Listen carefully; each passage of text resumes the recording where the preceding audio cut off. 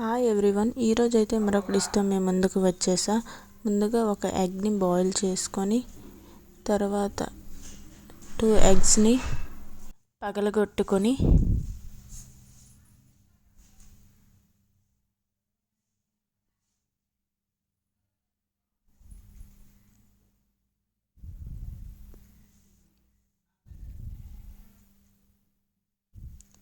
అందులోనే సరిపోయినంత ఉప్పు, అలాగే సరిపోయినంత కారం వేసుకొని దీన్నంతటిని బాగా గిలక్కొట్టుకొని బాగా కలుపుకోవాలి.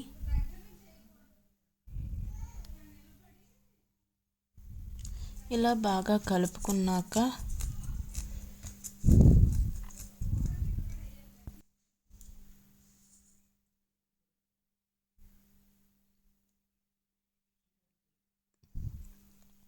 స్టవ్ ఆన్ చేసుకొని ప్యాన్ పెట్టుకోవాలి. ప్యాన్ పెట్టుకున్నాక సరిపడినంత ఆయిల్ని వేసుకోవాలి.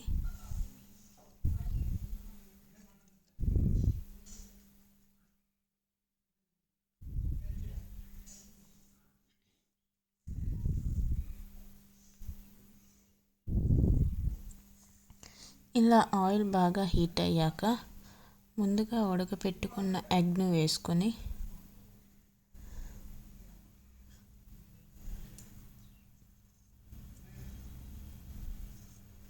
దాన్ని బాగా వేపుకోవాలి.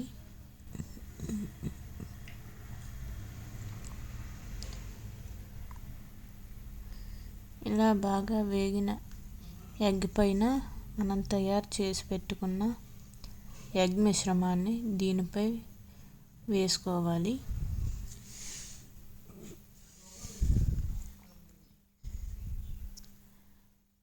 ఇలా వేసుకున్నాక దానిపైన కొద్దిగా ఉల్లిపాయ ముక్కలను, అలాగే కొద్దిగా పచ్చిమిర్చి ముక్కలను,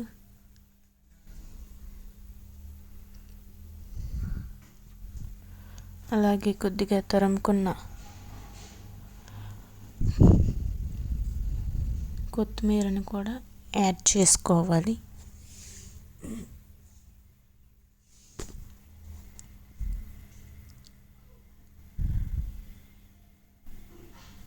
ఇలా యాడ్ చేసుకున్నాక కొద్దిగా కారం అలాగే సాల్ట్ని కూడా యాడ్ చేసుకోవాలి.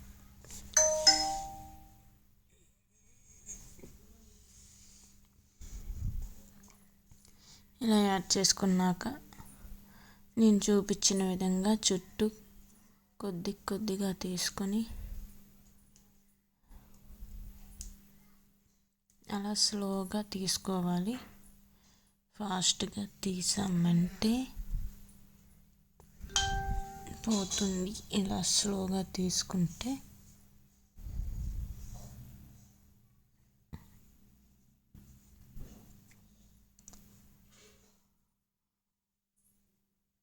ఇలా స్లోగా తీసుకొని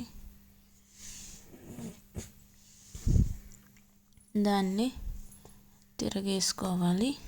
చూసారుగా, నేను చూపించిన విధంగా తిరగేసుకోవాలి, లేకపోతే ఆమ్లెట్ అనేది సమంగా రాదు.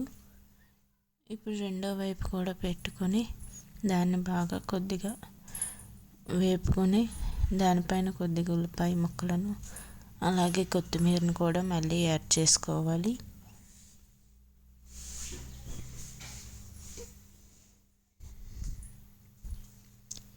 ఇలా కాసేపు బాగా ఎగ్ ఆమ్లెట్ ఫ్రై అయిన తర్వాత ప్లేట్లోకి సర్వ్ చేసుకోవటమే. చూసారుగా ఎంత చక్కగా మనకి వైరల్ ఎగ్ ఆమ్లెట్ అనేది తయారయ్యిందో.